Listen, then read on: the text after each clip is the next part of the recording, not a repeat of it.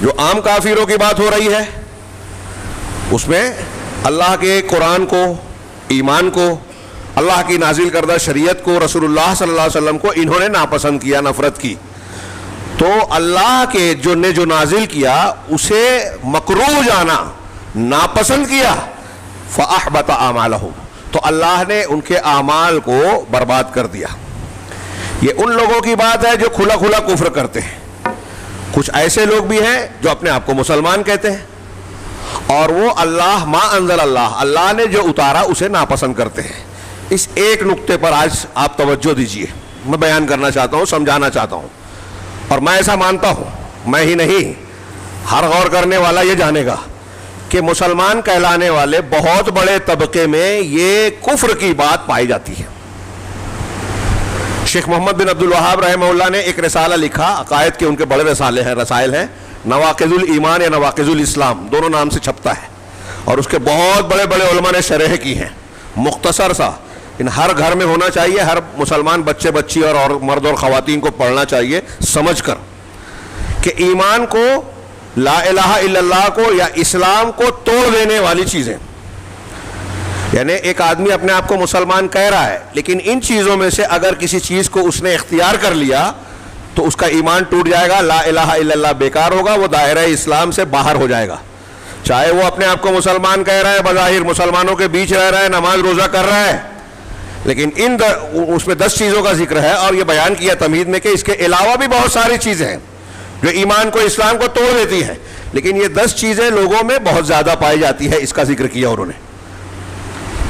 ان 10 چیزوں کا جو ایمان کو توڑ دیتی ہیں. سوچئے کتنی بڑی بات ہے اور کتنی اہم ہے،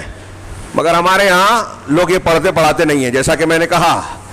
سرل، آسان، میٹھا میٹھا، ایسا ایمان اسلام جس میں کوئی دقت پریشانی جھنجھٹ نہ ہو، کوئی ناراض نہ ہو، ایسا ایمان نہیں ہے. اگر ایسا ہی مسلمان ہونا بہت کمال ہوتا تو نبی کریم صلی اللہ علیہ وسلم کے کفار مکہ اور دوسرے لوگ دشمن نہ بنتے. اللہ کے رسول بھی میٹھی میٹھی باتیں کرتے اور لوگ آپ کے ساتھ رہتے، ان چیزوں کو رد نہیں کرتے جو ان کے باپ دادا سے دین کے نام پر ملی تھی. باطل کو آپ رد کرو گے، یہاں تک کہ اگر مسلمان میں کوئی ایک نوجوان ہے جو موبائل پر گندی چیزیں دیکھ رہا ہے، جوا کھیل رہا ہے، شراب پی رہا ہے، آپ جب اسے منع کرو گے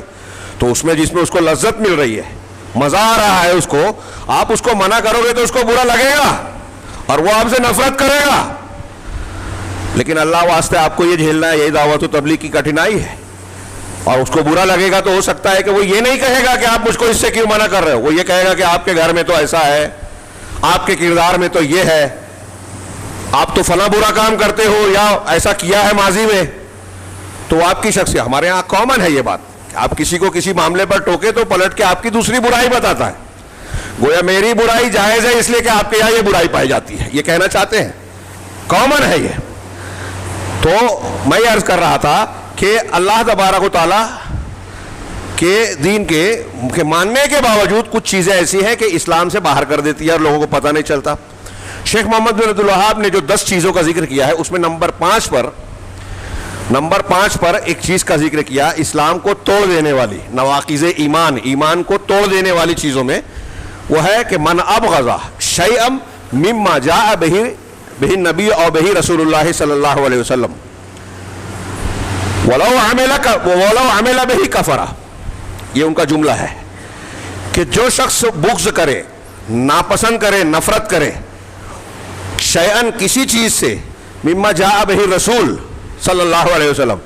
اس چیزوں میں سے کسی چیز کو جو رسول صلی اللہ علیہ وسلم لے کر آئے ہیں قرآن اور حدیث کی شکل میں. اللہ کے رسول کوئی چیز جو لائے ہیں آپ کی تعلیمات میں سے کسی بات کو آدمی ناپسند کرے، اس سے عناد اور بغض کرے، نفرت کرے. وَلَوْ عَمِلَ بِهِ، آگے کا جملہ اور دھیان سے سنیے